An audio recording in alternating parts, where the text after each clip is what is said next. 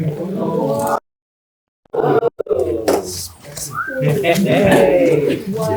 Okay. Nice. Today, I'm Captain Hans with Mother Crystal. And you can see already how perfectly we planned this. While we were all distracted by the curtain, we quickly slide in. Awesome. So I wanted to start this off saying, are y'all ready to boldly go where no Lego brick has gone before? So we have Hans, you explain a little bit about the model, and I can dive into the minifigures. I think we have the line ready to go. Why not? Yeah, here's our Icons Galaxy Class Enterprise for the first time. And to be honest, I never thought we would be doing this. Right. Never ever. And here it is. When it's coming out, well, what's important to first? We have to wait until next Friday. It's November, I think. November 28th, So, I think. yeah, so it's a little of time to fatten your coin legs. It's not that expensive. You'll be fine. So, yeah, we have a fairly sizable model. We feel lineup. So Chris will talk about it. I think we are promising you a little bit. Only is one phaser, but through the power of overdose, so we'll most likely get 3. 1 is 3. But back to the model, you can see it is meant for display. And it was very important for us that this thing could sit on one single display arm, no supports under the dish, which was a big technical challenge because the dish alone is like 1.5 kilos. And you can see from the side, this is the mother of all overhanging constructions. And to make it worse, my design brief said, Hans, this we can separate, so make it separate. Should I separate it? Yes. That's very special because you know on the show they only did it like I think 2 times or so. So we have a little shuttle here. This is the safety pin.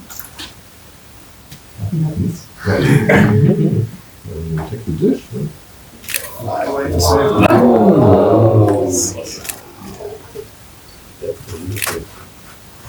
And this is, I think, called the combat section.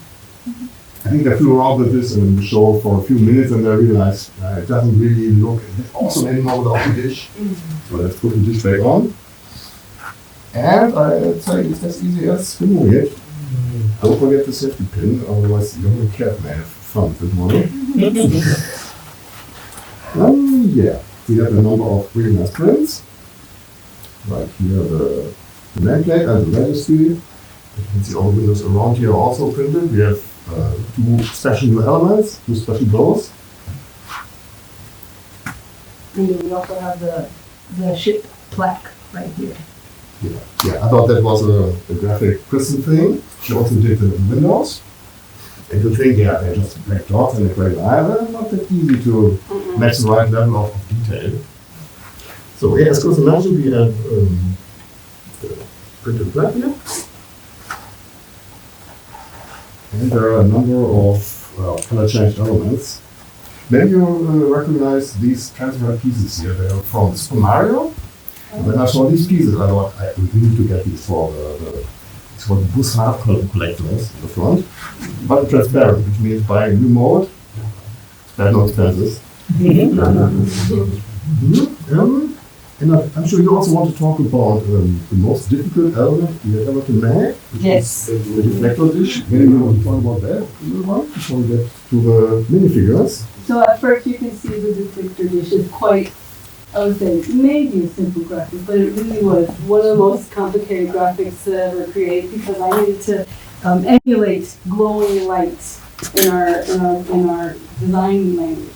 So many tries, many nightmares, many talking back and forth to get this right, and I really think that it really enhances the whole model. It actually kind of shows that it's like engaged.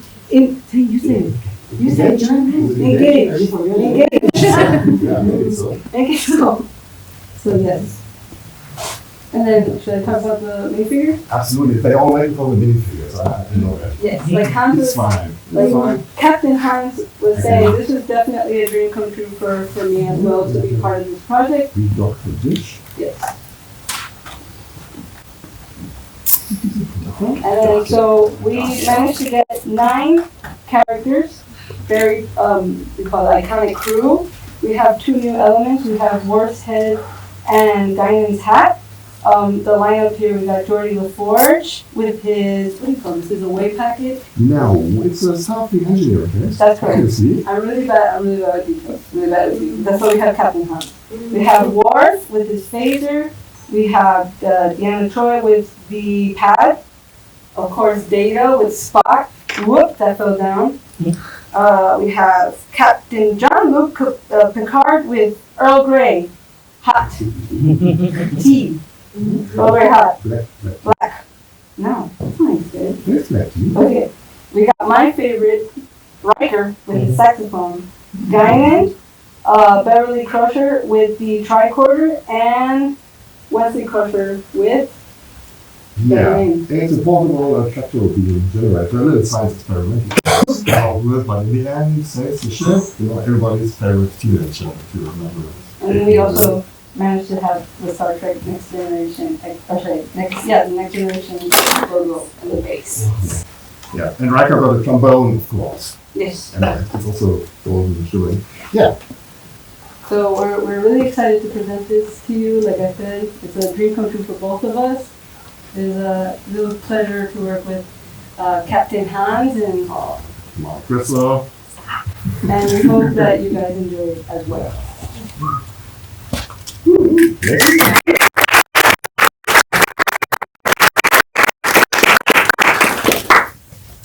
Questions? Hans, what was it like working on an iconic gray spaceship? Good one. Yeah. So I kind of wanted it, I think one reason I came to Icons was to get away from big gray spaceships. My first one was the Artemis rocket, so another spaceship. But this, to get assigned as a designer to this, you have to be in the right spot at the right time. It wasn't easy. Hi, I'm Greg from Lots Magazine. When you were designing this, how did your experience with all those other spaceships, what was something you learned from your previous experience that you were able to incorporate into this? Well, with other spaceships, like for example the Star Destroyer, like massive internal skeleton, technical bricks and beams going everywhere, that didn't work really because there is not enough space. This is a structural nightmare to build with Lego bricks. So there are a few building tricks which I hope you will recognize once you build it.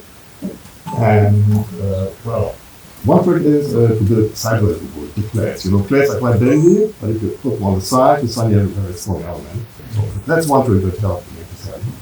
There's no technique inside it. Is it an entirely system solution, or? I think it's fairly fun, it's very solid. And the back is 2 halves joined together in an interesting way. So I think you will find it interesting. Yes. Hi. I see that you've spared no expense here with giving every minifigure a relevant accessory. How did you go about choosing the references from the show to put into the set?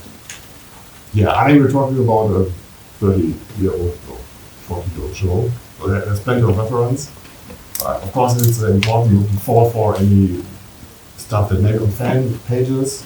Something you Google and find interesting photo and take the reference, and naturally you realize, the colors are maybe a little different than in the show. So, we work with Paramount, we have access to some super secret stuff. So I would also add to that, Hans was saying that we were working with Paramount, and we actually gave them some proposals of what accessories go with what, based on both our knowledges, what we wanted to see, because we're fans too. We wanted to see what we want in this model and stuff. And so we had a back and forth and talked with the Paramount, and then they actually gave some great suggestions and approved some of our ideas. So, and that's what we have in front of you. They also insisted on Wesley. I think that Wesley's very iconic. He's super iconic. That's what he did. Is one of his. I think first season is referred to as ugly sweater season, or his 18th sweater. And he picked his most iconic.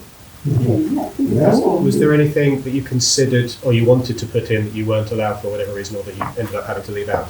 Well, if it were up to us, we would have had 30 characters in there. Yeah, of course. It's always a give and take, right? Because we did want to have extra characters, extra species, all that. but we needed to find a balance in what would be the first time we ever done a set like this. So we thought that the 9 characters that we chose were pretty iconic to the crew, so I'm pretty happy with it. Thank you both so much.